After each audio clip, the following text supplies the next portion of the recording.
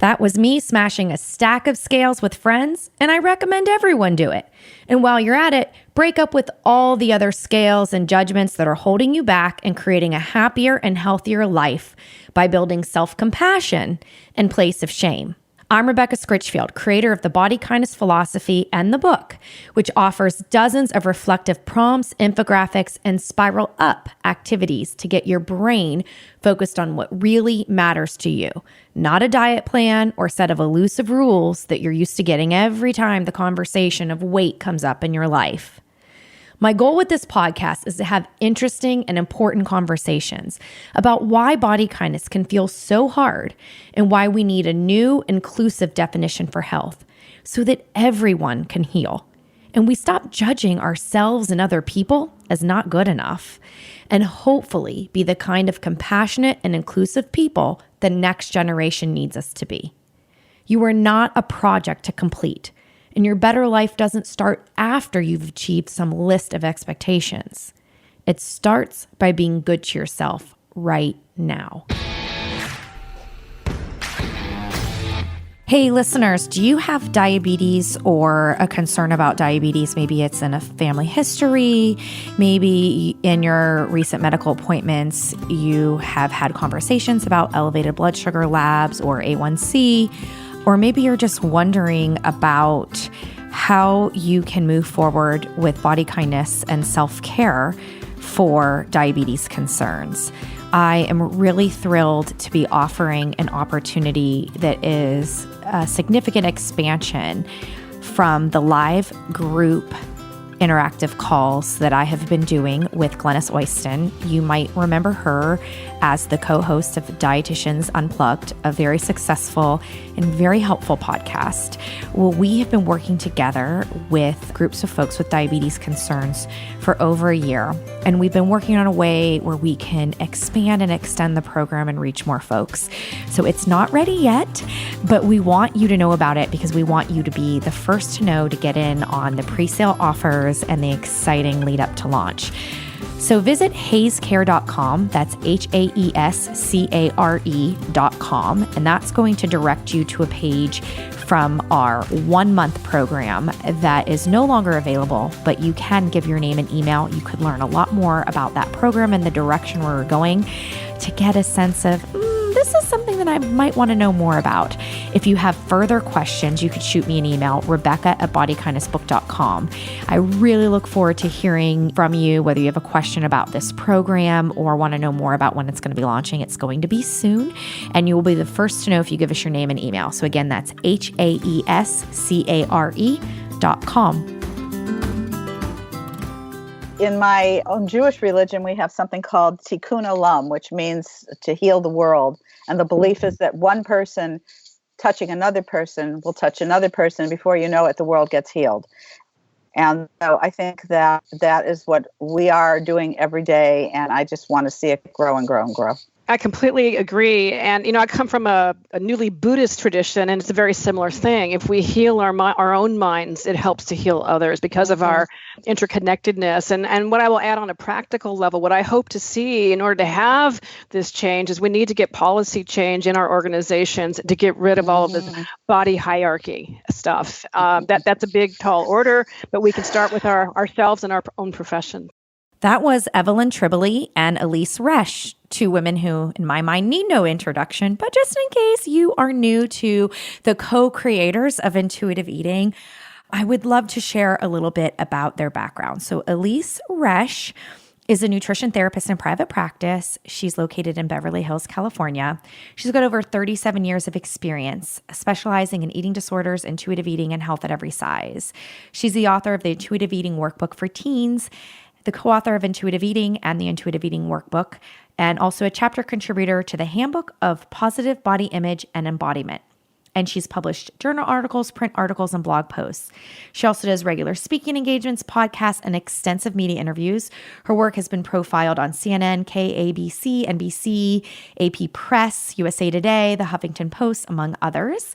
And Resch is nationally known for her work in helping patients break free from the diet mentality through the intuitive eating process. Her philosophy embraces the goal of developing body positivity and reconnecting with one's internal wisdom about eating.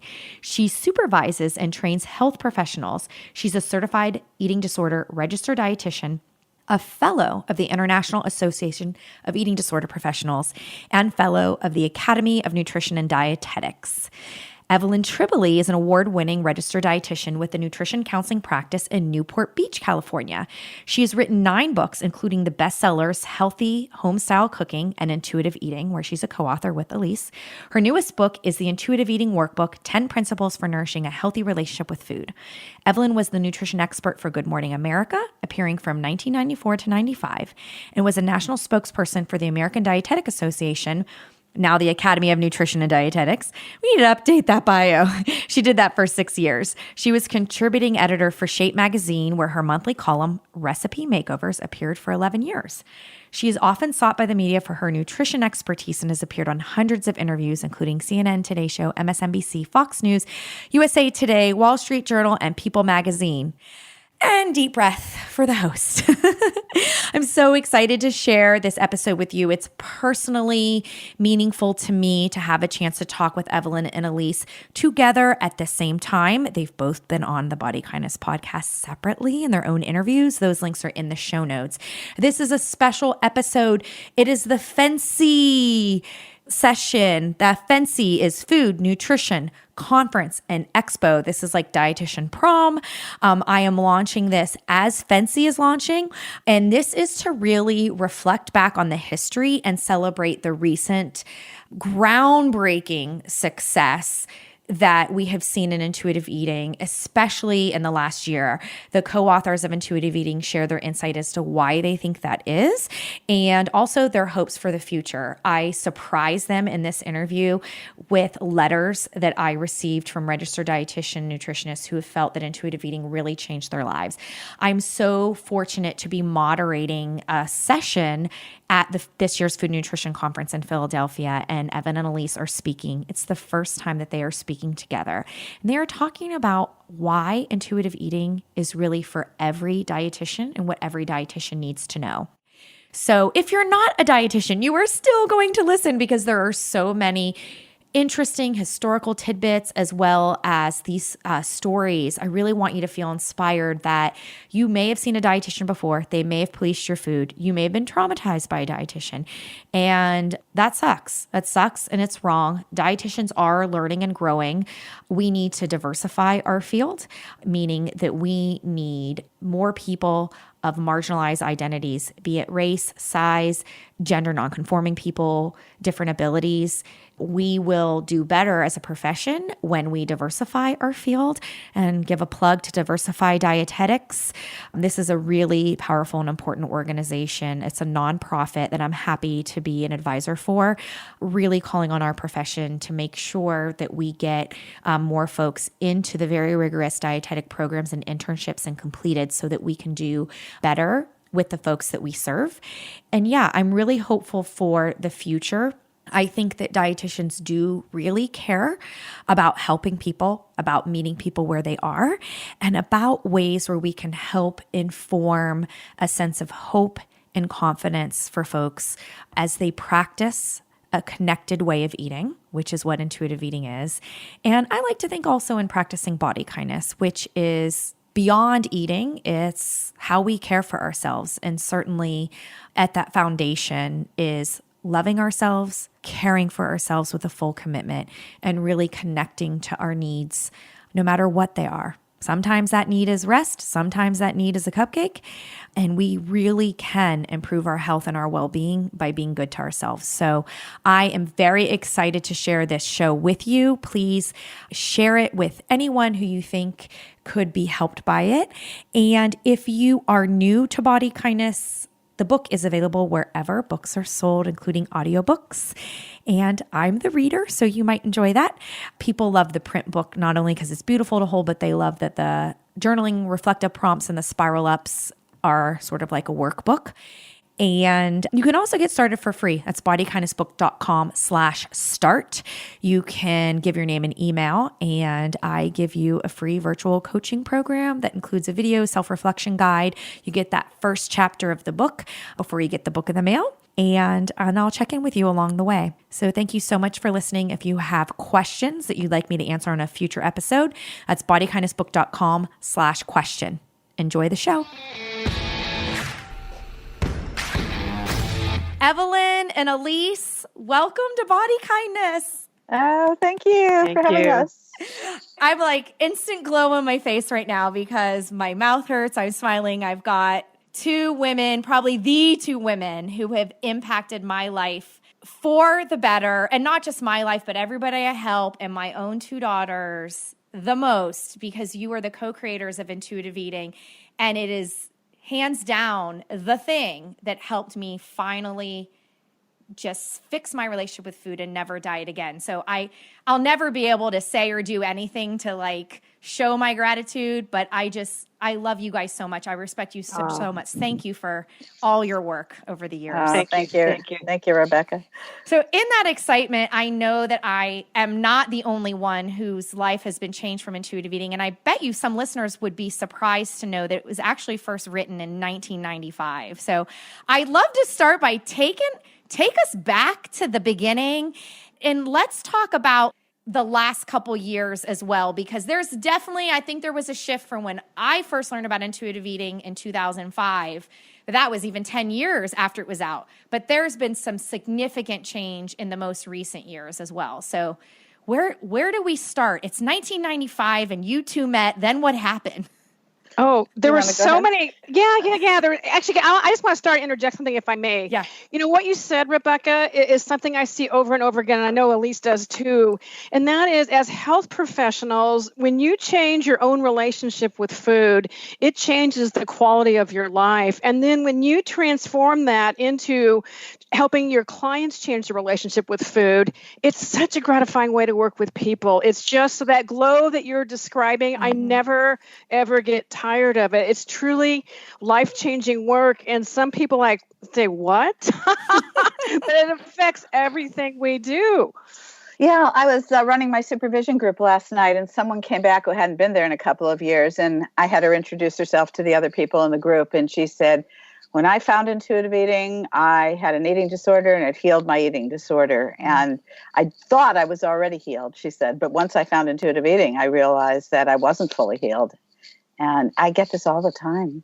I'm sure you do too, Evelyn, all the time. Yeah, From and professionals around us. Yeah, it's like, this is how we're going to change the world, one conversation at a time. If we train and teach health professionals, to me, it even amplifies the message even more so. But, you know, I think going back to the 1995, what a lot of people aren't aware of is all of the theoretical constructs that Elyse and I, we were frustrated. We were both trained in the medical model. We were creating beautiful diet plans according to food exchanges and all kinds of stuff. And I think it's important to own that so that the people out there sitting on the fence thinking, I don't know about this, is to realize, I think it's a natural progression. You get to this point of cognitive dissonance where it does not feel good. Your patients aren't thriving in the way they're coming back, blaming themselves as failures. So Elyse and I, it's like, okay, let's look at the research. Let's look at what's going on, and let's see if we can find a way to do this better. And honest to gosh, I think one of the reasons intuitive eating has stood the test of time is because of all the research we did. We can say it was research inspired, but now there's over 100 studies on our work. In fact, I just counted it was 118 and stuff in progress right now. So it's validating it, and there's still a long way to go. But Elyse, you want to share a little bit about the Ericksonian developmental stages? Because I think that's really critical, and we don't talk about it. Sure, I will. And right before that, I wanted to say that when I started doing my work 37 years ago, I didn't want to deal with this. I didn't want to deal with weight management. I was trained at Children's Hospital with helping to sell developmentally disabled kids, and I thought that was what was going to be my career. I kept getting these referrals from doctors, you know, this person has to lose weight, that person has to lose weight. And I was frustrated making those. I never called them diets, actually. I called them just, this is just a meal plan for you. And you can have a cookie if you want a cookie, but apple might be better. Those kinds of, they were diets, but I didn't want to call them that. Well, it was gaslighting diets too, right? This is just a structure or rules. Yeah. And so I can relate. So yes, when I started reading, I think the first book that I read, and I'll get to Erickson in a moment, was Jane Hirschman and Carol Munter's book. I think it was called Overcoming Overeating. And it was the first time I had read something that said, just have people eat whatever they want. And my first reaction was, I'm a dietitian. I'm going to do nutrition. How can I tell people to eat whatever they want? But then I started looking at the psychology of this because I'm just a psychology nut. I love it. And I started to read about Erik Erikson, who was a German-American behavioral psychologist and I believe psychoanalyst. And he developed this model called the 8 stages of man, which I like to say, if he were around today, I'd call him and say, Dr. Erickson, we have to call it the 8 stages of human. But in any case, it was a long time ago. And he believed that the development of identity and personality came in this predetermined series of 8 psychosocial stages, that in each of these stages there was a crisis that had to be met and conquered in order to go on to the next stage and ultimately develop a healthy personality. So the first stage, which just when I was reading about it just really affected me, was trust versus mistrust. And what is intuitive eating all about? It's about learning to trust that internal wisdom. So for me, it begins right there the moment that feeding relationship begins. And if the infant comes into the world and has to figure out that it's a safe place to be in and expresses that signal of hunger, if that signal's met by the caregiver reliably, the infant starts to recognize that it's a signal that is trustworthy and that infant's needs are going to be met because somebody's meeting them. And so the establishment of that psychosocial stage gives what he calls something called a basic virtue or a characteristic strength. And the strength that comes out of that is hope. And I'm fascinated by that because if that child is able to sense that feeling of trust, that child has hope that their needs are going to be met throughout life, that somebody will be there for them, and hope to go on. So it's so critical. And to me, that was, the basis, the real basis. Then I went on to the second stage, and don't worry, I'm not going to go through all 8 of them. The second stage is called autonomy versus shame. And now the first stage is like 0 to 18 months. And then the second stage is 18 months to 3 years old. The child's running around, exploring, wants to pick their own toys, wants to pick their own clothes. Their favorite word is no. And it's because they're starting to realize that they're an independent being. And if they are allowed to explore and not, squished down or not told to not make mistakes, they're allowed to make mistakes and get right back up and go on. What ends up happening is they get the sense of autonomy. And to me, that's the real reason. I mean, not the real. There are several real reasons why diets don't work, but that's a psychological basis because diets take away your autonomy. Diets are external. They tell you what to do. And so eventually, after a person's feeling deprived and then is just, I'm not going to do this anymore. So those 2 stages, I think, are phenomenal. Well, and then we fast forward into present day, and I see that, Elyse, as being one of the most vital things is when people come to see me, and I'm sure you and whoever else out there, is they might have read the book, they think it's awesome, they want this, but they don't trust that their bodies work. And right now, diet culture is so abusive. It's so loud. And it's violating this fundamental sense of self. And so I think part of the reason then that when people finally cross over to intuitive eating and develop this trust, I think that's why it feels life-changing, because now they start to trust themselves in other areas in their life. It's like cross-training for life, And they're reparenting themselves. And we, as health professionals, are modeling for them something that they didn't get early on. And now they're able to take that in and reparent themselves and learn to be able to trust. So, and here's the cool thing about Erickson.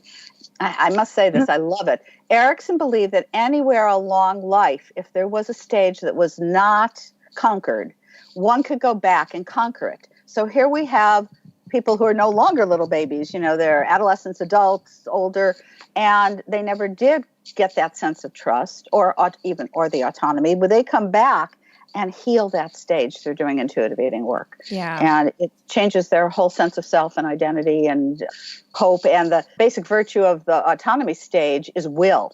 Having the will to go on and keep challenging. So, And this is just one theoretical construct. I mean, so this is the stuff, when you're writing intuitive eating was originally written for consumers, so we had all of this discussion and this rich research, but it didn't make it into the book because we weren't writing a textbook, and so I just love talking about this background, and we don't need to go into all the research, but I think it's important to understand that's why this stuff is so significant. And then we start getting into the Minnesota starvation study where we see you put healthy people on diets and it messes with their mind and their biology. There's just this, I never get tired of talking about this, Rebecca, because it's just, it's profound. And then when you watch people's lives transform in front of you, it gives me great hope on a social context level, Yeah. And we're asking about what do you think is happening now, I think. Well, there's such a surge in intuitive eating. And this is my thought, I think the Me Too movement has had an impact. Taking back our bodies, taking back our pleasure, being able to speak up and not be used and abused by others. And I think that it really correlates with intuitive eating, and it's part of what has driven the surge in it, in my opinion. Well, Elyse, it's interesting that you say that because I've been talking to some journalists, and what they've been saying, and it warms my heart. They're saying intuitive eating is really a movement. It's a movement, and it's global. And I think that's why we've been seeing I've never seen so much interest in intuitive eating from a media perspective on a global and national level as I have in this year. The year of 2019 seems to really be the year of intuitive eating. And it's so ironic because some people have talked about this new trend. It's like, we've been here since 1995. Well, and something, I don't know if I've ever told either one of you this, but when I was working on body kindness and I was writing and we were struggling with the title and subtitle and everything like that, and they were pushing hard about getting the word diet in it, and I was like, well, wait a minute, you obviously know that this is like all about building self-compassion and being kind to yourself for the rest of your lives and getting people off of dieting, and they got that, but they're like, yes, but keywords. And I was like, well, only if the word never is near it. But I kept, and I knew, I was like, as you know from it, it's like intuitive eating is the way that, morally, I feel like we should all be eating, that we all have access to. And so in which ways I talk about the practice of body kindness in food, right? I say like, practice intuitive eating, read the book, get support for intuitive eating, and like, period, done, right? Like there's so many other things to talk about. But what my editor, and so this was, I would say in 2015, when I was in my world, I was like, intuitive eating is the answer. And I felt it was mainstream even then. It was like, people won't know what intuitive eating is. And then when Smash the Wellness Industry came out in the New York Times, and that was in June 2019. So my book was already out for 2 years. My publisher got back in touch with me and said, oh my gosh, this article went viral and 50 some people in the office have all been sending it like to the top person in the publisher. And it's like, this is like body kindness. This is like body kindness. And I was like, duh. And so you're right. I think I've been a fan since 2005, but definitely 2019, things are clicking. And I think body positivity, I think you're right in Me Too. I think it is very feminist to take back your autonomy. And I just couldn't be more excited to see people be open and interested, and to the point to where they say, maybe this is better. Maybe this is workable.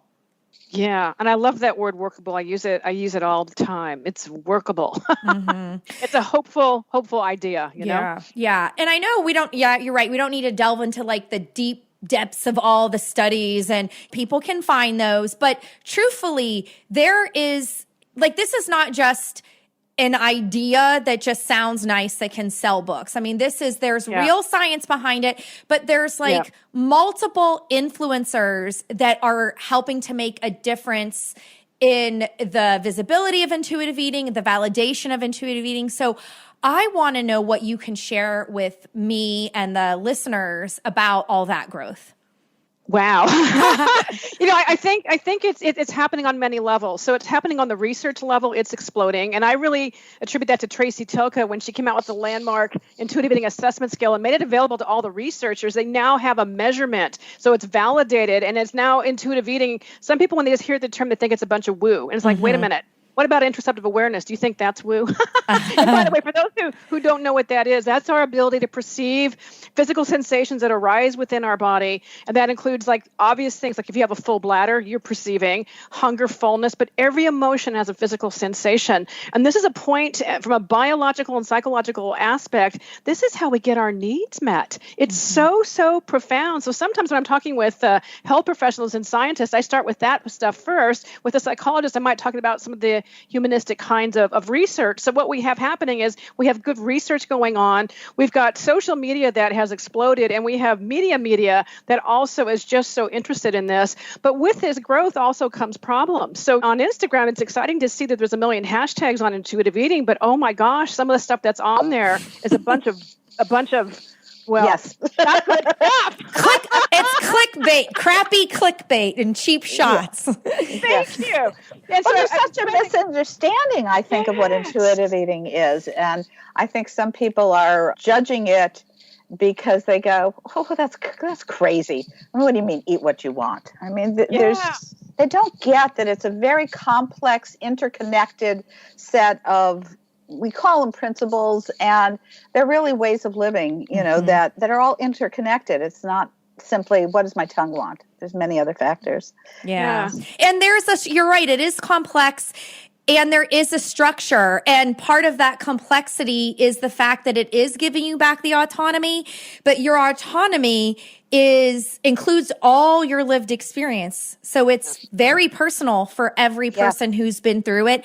And it is not easy. It's almost easier to follow that temporary diet because it's a short list of rules and just be the good girl, follow the rules until it doesn't work, right? So intuitive eating is about doing that work of rebuilding the trust and the hope that we need. Well, yes. And, when people come in on a regular basis and say, oh, I'm such a failure at dieting. I failed this diet, I failed that diet. I say, no, it's not that you're a failure at dieting. You're a success at your ego development of your ability to speak up and be autonomous and be in touch with yourself and your needs. And so it's kind of amazing to see people's eyes open up when I validate for them that there is absolutely nothing wrong with them for not being able to stay on their diets. In fact, it's a sign that they have the strong ego.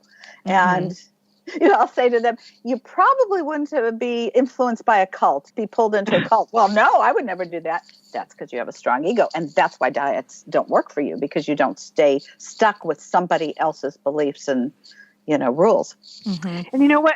Building on that too, Elyse, one of the things that still just gets to me is how people have the perception, that dieting did work, that they failed, as you said, but their perception is that it worked. They don't realize that it's not that number one, it didn't work and it's not sustainable, but it causes all this harm, including weight cycling and all these other kinds of things. And that one I'm still wrapping my brain around, that people really believe it worked because they short-term lost some weight. They short-term lost some weight, and they define that as working. And they don't see that that's actually part of the problem. And the longer they stay in it, the harder and harder it gets.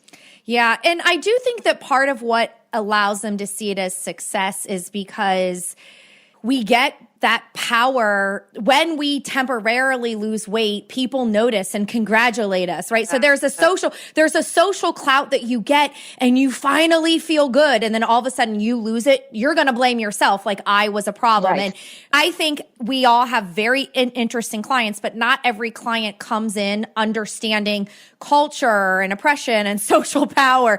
They're just coming in still sort of blaming themselves. And really it's more like, well, maybe what I felt was improvement really had to do with, in following this structure, it made certain things easier and I got this validation that I was seeking, but now I'm losing it because my habits are going in the other direction again, right? Like they don't see it as biologically what the body is meant to do after it's being starved. Yeah, the body's trying to survive. And actually, that's what's new now. In fact, a lot of people don't know this, but Elyse and I just updated Intuitive Eating, and the 4th edition is coming out in either late spring 2020 or early summer. We don't have the actual pub date. Yay! But one of the things we did is we addressed this whole issue around weight stigma and diet culture. Hey, Elyse, I love it. Yeah, that's our cover. Cool. We'll have to include in the show notes of that if we can. Yeah, that would be awesome. Yeah. And so what ends up happening is I've seen that, I'm sure you've all seen this, that people don't even realize they're dieting because now they're calling it, my keto is a lifestyle. Oh, yeah. And they don't see that that's diet culture, or they don't see the stigmatizing aspect when they get validated for weight loss and those kinds of things. And so we really went through the book with a fine-tooth comb, looking at any weight stigmatizing statements we had made. And frankly, it was Elyse and I were wincing as, oh my gosh, we have grown. That's good news. We've evolved. That's fantastic news. But look at this. This needs to change. Well, when you think about it, the first book came out in 95, but we started writing it in 93. Yeah. This is a really long time ago. And so we have evolved and our consciousness has been raised. Yeah. And, isn't that the human condition? We need to regularly be evolving and challenging old thoughts and coming forward with. And that's such a good point, Elyse. And I say that to all the health professionals out there that aren't so sure about this, that evolving is part of this. We've all, especially in dietitians, we're taught the medical model. In fact, the dietitians I train now in intuitive eating and weight stigma and all this kind of stuff, they're like, why didn't we learn this in grad school? Why didn't we learn this in our internships? And I'm thinking, why didn't you question your teachers? But at the same time, they're not being exposed to this. And I'm actually now getting some professors in my training who are looking to change their curriculum at the university level. It's like, this makes me so excited. Yes, we need that. Yeah. We need Katie to change their structure. It would be nice if they didn't offer a certificate in weight management without including health at every size and intuitive eating. We could go on and on, but it is important to bring up that the structural problems create a lot of systemic problems. But we do the best we can with what we have, and the professionals we're able to reach and the clients we're able to reach. And I had two different thoughts. I hope I can get to both of them. But one of them is this question about, and I know I can't be the only one, right? But I still get clients who come in with weight concerns.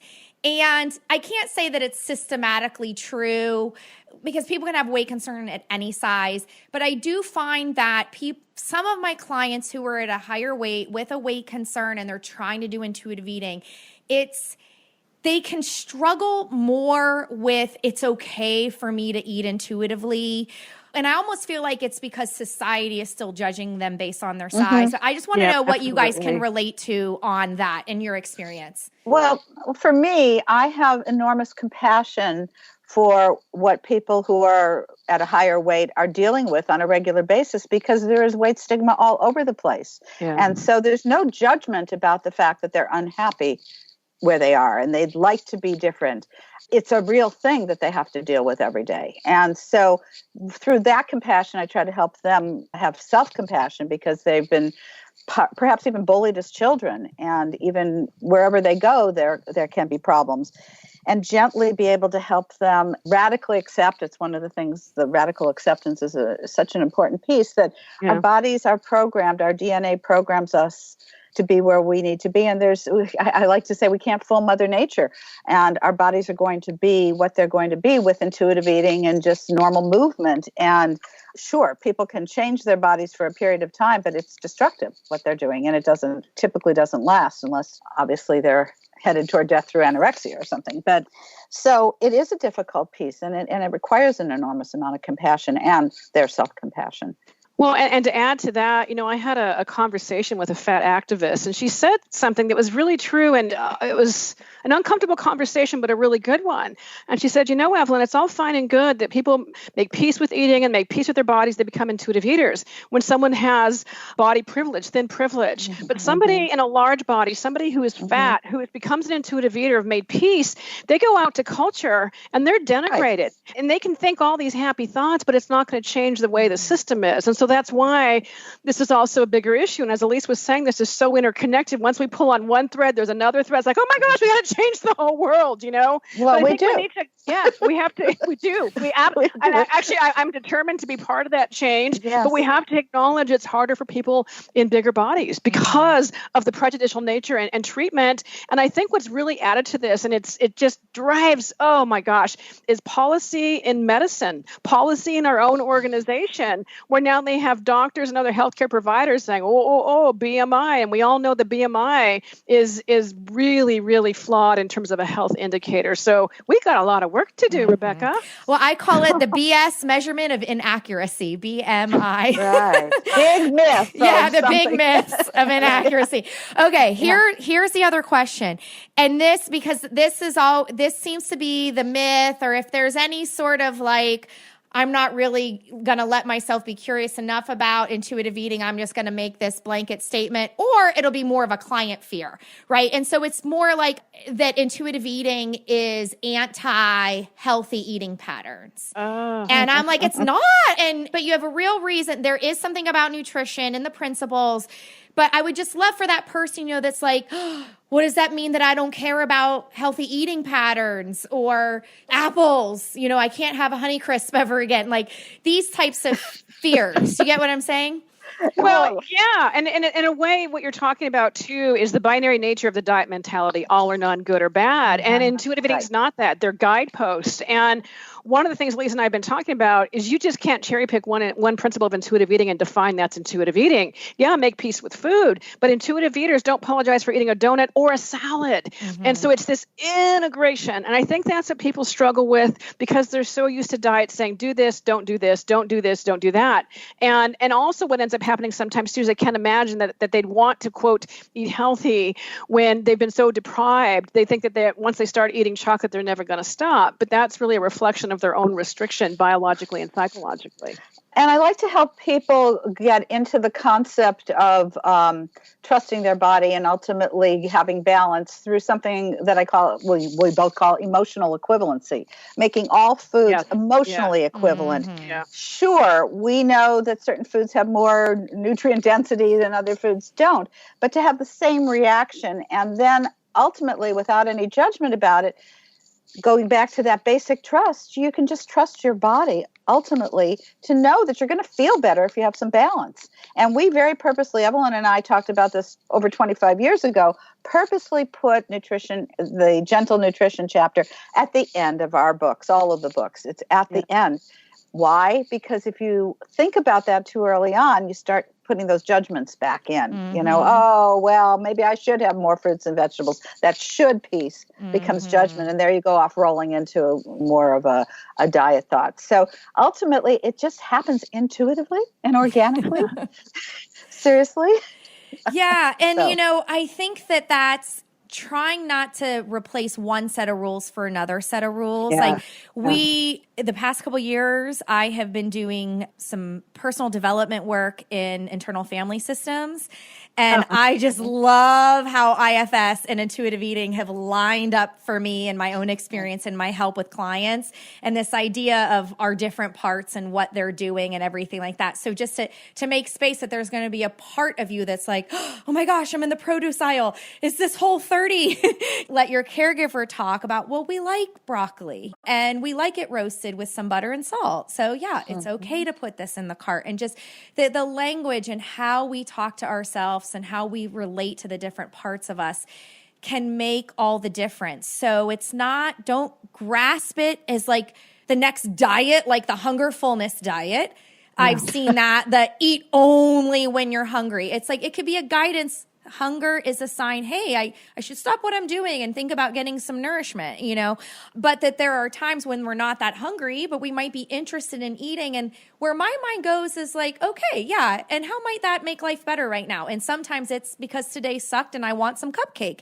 And sometimes it's, it's a Honeycrisp apple with some peanut butter and I just want to enjoy a break with my daughter. I don't have to be hungry to enjoy a food break with anybody. And so there's so much nuance in it, and that it goes back down to your preferences mattering. And if you've got a life, I mean, my first diet was 9 years old. So by the time I found intuitive eating, I had so much chronic dieting. I had to rediscover what my preference. I had to say I was worthy of my preferences, that they mattered. There was okay to change my mind. How feminist of me. But and it is a practice, right? You know, I mean, if I've been practicing intuitive eating since 2005, I think I still practice it today. Well, and it's worthy of having your needs met, is what you're saying when you say that. Yes. We all have a right to have our needs met. And, you know, so many of our clients push away their needs all of their lives. When I talk to people about satisfaction, some of them don't even believe that they have a right to have satisfied eating. Mm-hmm. So it's very deeply psychological, and it's intuitive eating is very healing for so many, so many parts of us. I was going to say, you raise a good point, Rebecca, and that is that intuitive eating actually is a practice. It's not enough to read the book or read the workbook. It actually takes it's like learning to play a new instrument. You got to pick it up. You know, you just can't read the theory of it. Your instrument in this case is your body. How does my body feel good? What tastes good in my body? How do I feel? What do I want? What do I need? All those kinds of things. Yep. And you guys, I would love for you both to share how you train helping professionals briefly, because I do have a call to helping professionals. If you're feeling like, but I focus on diabetes, right? It is on us to understand, what do we know about medical for diabetes, and how do we integrate that with a human experience? Because somebody, doesn't matter what they weigh or what their blood sugars are showing, their whole lived experience matters into how they're going to embrace and absorb what you're trying to help them with diabetes. And if you turn yourself into the police officer, you're not going to help them create a better life with a diabetes diagnosis. So I would love to hear how you helping professionals and that sort of values and integrating those two things. Because I think it's on us, not, this is all I focus on, so let me just ignore intuitive eating. Well, and we're going to talk a little bit at this too later on, but basically intuitive eating can be integrated with any kind of issue. That's the bottom line. And so when someone to a health professional who's specializing in diabetes, I'd say, you can get trained in intuitive eating and integrate the two together, and then it's really beautiful. So when you're working with that patient and you're looking at trying to manage your blood sugar, okay, great. What manner of eating makes you feel good and is satisfying to you? You integrate that with those kinds of principles, but you as the health practitioner with the patient side by side decide what the priority is. And we have to remember, stress raises blood sugar. Not having enough sleep raises blood sugar. There's all these things, and stress over being a perfect eater is not good. And we look at the risk for eating disorders in patients with diabetes, it's problematic. So what I say to health professionals out there, you can integrate intuitive eating with your area of specialty. And I do a lot with that. But Elyse, looks like you had something you want to say. Well, I was going to say that I think the basis is looking at how your body feels, being in touch with your body, the interoceptive signals, knowing how you feel best. So yes, again, your tongue is not the only part of your body to listen to. There's going to be so many other aspects, and that's intuitive eating. So if you have a particular medical condition, or even intolerance to something. I mean, my body doesn't like garlic anymore, which is really sad because I love garlic. I know, but at this age, it just doesn't. And so I listen to that, and so maybe I'm not going to have as much garlic as I've had before. But if there's a real medical condition, there's going to be a connection with how your body feels based on your self-care, how you eat, how you sleep. And the other thing about raising stress, when you're worrying about things so much and not being in tune, you're raising your cortisol levels, which actually makes whatever medical condition, it exacerbates the medical condition with all that high cortisol in the body. Right. And so you guys both do intuitive eating trainings or supervision. So I can include the links to how you helping professionals, and I'll include the books and everything. But what I'm also excited about for those who are listening, like as soon as this show's out, you're also about to speak on a stage in front of which I know is going to be a packed house. It's at the Food and Nutrition Conference. That is like our dietitian prom, for lack of a better word. It's like the big I know, wear your dress. It's like the big national conference. So listeners understand there's going to be dietitians from private practice, but a lot of clinical, community, long-term care. So it's going to be a mixed bag in the room. And dietitians as a whole, It's getting better, but I would say really a fraction of dietitians really get intuitive eating. And so you're going to be talking about what every dietitian needs to know. And I would just love to know some highlights about what made you want to speak to dietitians. What are you hoping to get out of this session? Say from my perspective, I want to plant seeds. I'm not going to change everyone's mind that's sitting there, but especially the young dietitians or the dietitians that are sitting in a crossroads, that there's another way to do this, that's not only beneficial for your patients, but it also, you feel good, like you were saying earlier, Rebecca. And the one thing I forgot to mention is one of the reasons Elyse and I started doing this certification training for health professionals is so they implement it in a way that's consistent with the practice, because we've seen some people have misunderstandings as to what it is and implement it in a way that's not consistent with our principles. So anyway, I'm excited. And for me, I actually think that so often young, and sometimes older dietitians are coming from a place of fear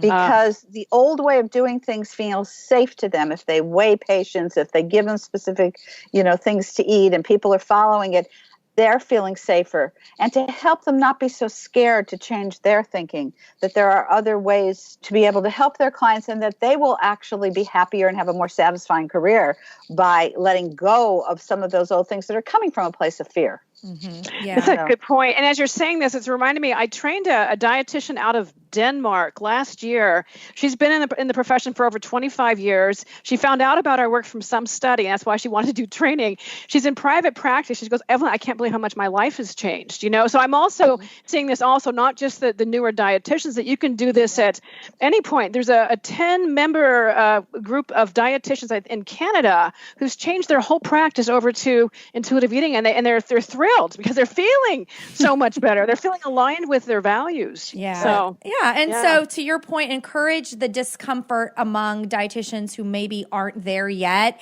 and know that discomfort comes from there was a whole system set in place that made decisions for you, and now you're at this crossroads. Good point. And I think the other thing to accept too, it's hard to say, it's hard to accept, but we just can't be fragile around it anymore, that we are all walking around with weight bias in some way because the culture put it in there.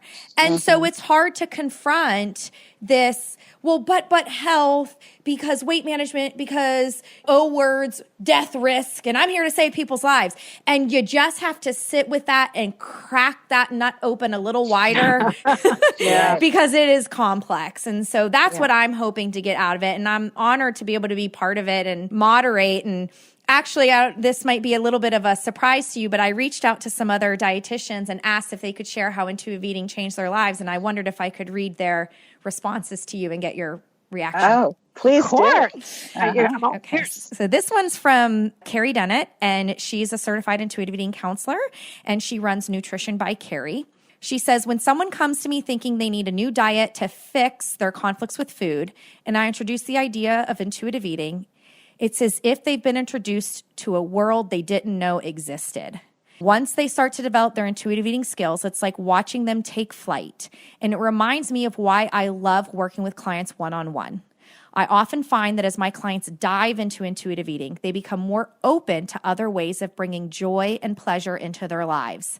Taking that dance class they always wanted to take, experimenting with new recipes.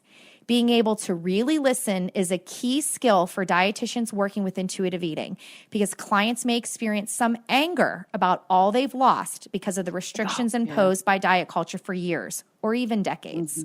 So what's your reaction to that one? Well, I have always felt that this is intuitive living. That, intuitive eating is the foundation, and it expands out to all other areas of our lives, looking to see if we're getting satisfaction in life, if we're being able to speak up, if we're being able to get our needs met. Absolutely. That's fantastic. Yeah. Thank you, and what I say to the listeners out there who just heard Carrie's story, imagine you as that health practitioner having more patience with those kinds of discoveries. How would that feel for you to be a witness and a facilitator of that? It's beyond gratifying, you know? Okay, I have another one. So this is from Shannon Hughes. And so she is a dietitian and a physician assistant. So she's interesting because she's trying to create some culture change in the medical hierarchical model structure. She's a lifestyle nutrition RD, and she was actually in my Body Kindness mentor program last year, and she's repeating it this year. And one of the things she said was like, oh my gosh, I thought I was going to like learn a little bit more about this and that. And she's like, now I really realize how it's all connected. And so for her, it's a bit of a personal story. So here's her story about intuitive eating. Mm-hmm. Intuitive eating has transformed me both personally and professionally. As a person living in a larger body since childhood, most of my life was centered around my own weight concerns. Since discovering intuitive eating and practicing the principles, I have cultivated a meaningful, healthy life, saying goodbye to body shaming and dieting. Intuitive eating has also changed the trajectory of my career to not only fight weight stigma in healthcare, but to also support clients in making peace with food in their bodies. I found my purpose and passion because of intuitive eating, and for that, I am forever grateful. I've got chills on both my arms. It's like, oh my God, that she's got purpose and passion and has changed her trajectory. I'm about to cry, so you better talk now, Elyse. Well, I'm thinking about, I have an associate in my office. We've worked together for many, many years. And about 20 years ago, she was ready to give up dietetics. She said, I can't do this anymore. I hate it. And I said, let me take you out to dinner. And I sat down with her, and we went to dinner, and I said, it's a whole different world if you embrace intuitive eating, and talk to her more about it. 20 years later, she's loving it and still doing it, changed her whole life. She would have stopped being a dietitian. She would have quit.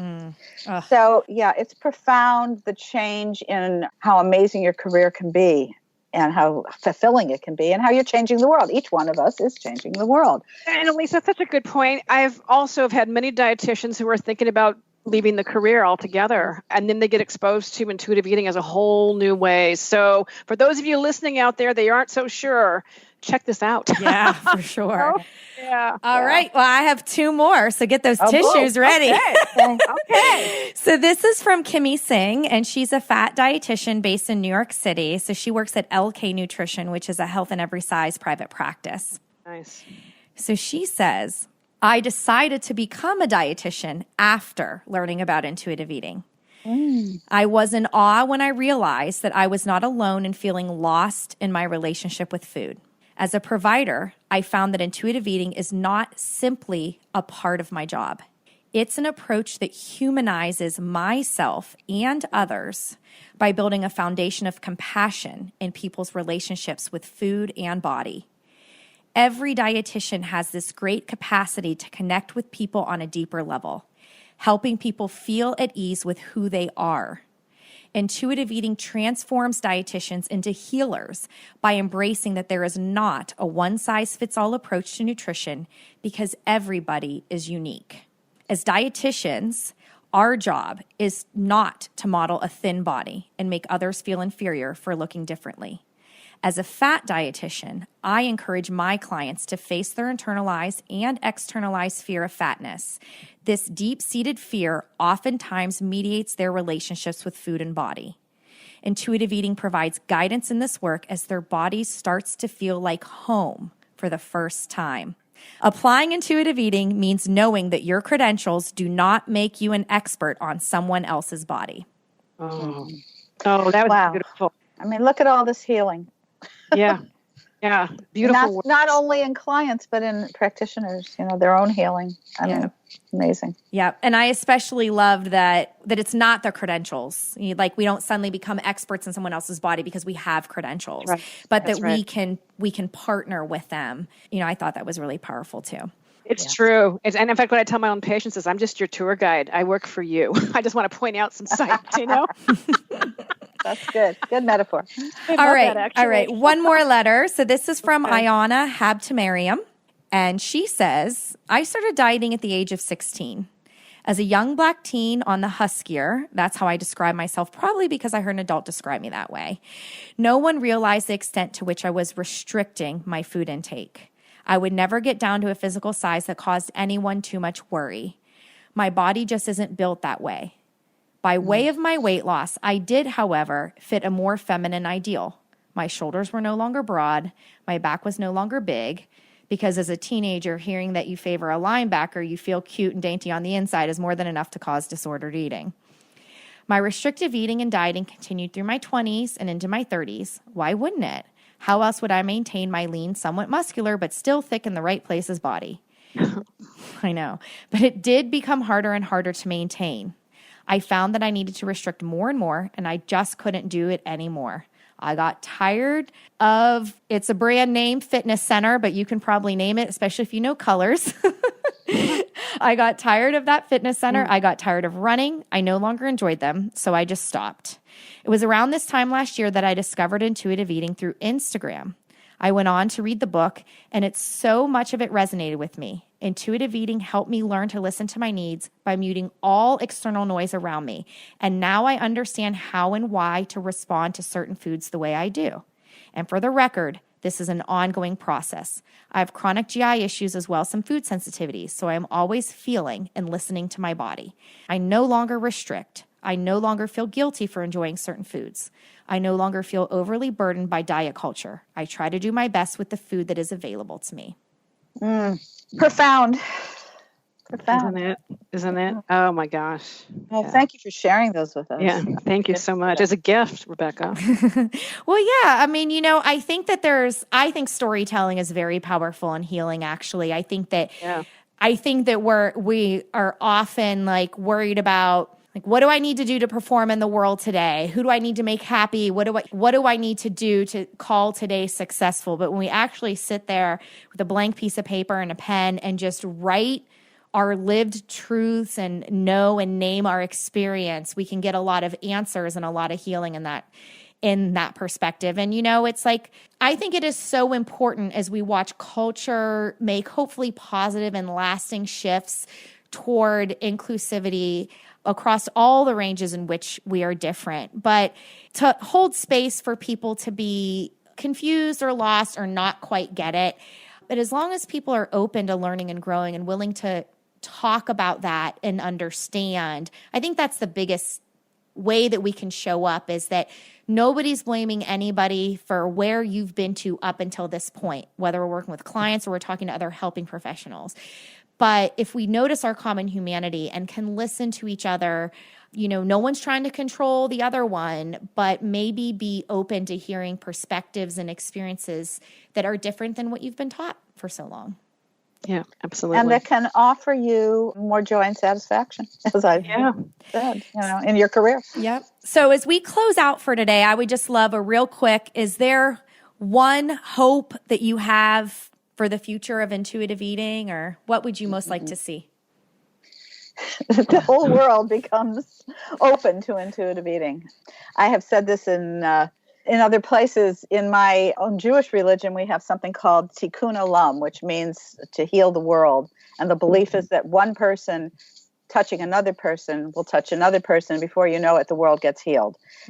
And so I think that is what we are doing every day. And I just want to see it grow and grow and grow. I completely agree. And, I come from a newly Buddhist tradition, and it's a very similar thing. If we heal our own minds, it helps to heal others because of our interconnectedness. And what I will add on a practical level, what I hope to see in order to have this change is we need to get policy change in our organizations to get rid of all of this body hierarchy stuff. That's a big, tall order, but we can start with ourselves and our own professions. So, yeah. Absolutely. Evelyn and Elyse, thank you for spending the time with me today. And can you just share your websites or a social handle where people can learn more about you? Sure. I mean, we have the joint website, intuitiveeating.org. And then my social thing that I'm most active on is Instagram. So it's just at Evelyn Tribole. And I have another website. Mine is ElyseResch.com, and I've got lots and lots of things on there, talks I've given, and I have a section called Words of Wisdom, and there's some personal things on there. And yes, I'm not like Evelyn. I am on Instagram, but I just show pictures of apples sometimes. Well, that's okay. I posted that chart of the sweetness of apples and how it goes. So that's at Elyse Resch, and that's an occasional posting. Cool. Well, I will include the links to all that good stuff, and hopefully your new book cover. I would love to include that as well. Thank you both so much. Thank you so much, Rebecca. Thanks, Rebecca, for having us. And that's our show. The podcast is made possible with support from listeners. Please donate to help offset production costs at gofundme.com/bodykindness. And please rate and review the show when you have a moment. It really matters. Let's keep the conversations going on Facebook. Search Body Kindness and request to join the group for Body Kindness readers and listeners. Have a question for us to answer on a future episode? Visit bodykindnessbook.com/question. Body Kindness books and audiobooks are available wherever books are sold. To request a signed print copy, visit bodykindnessbook.com/order. For other questions about this podcast, please email info@bodykindnessbook.com.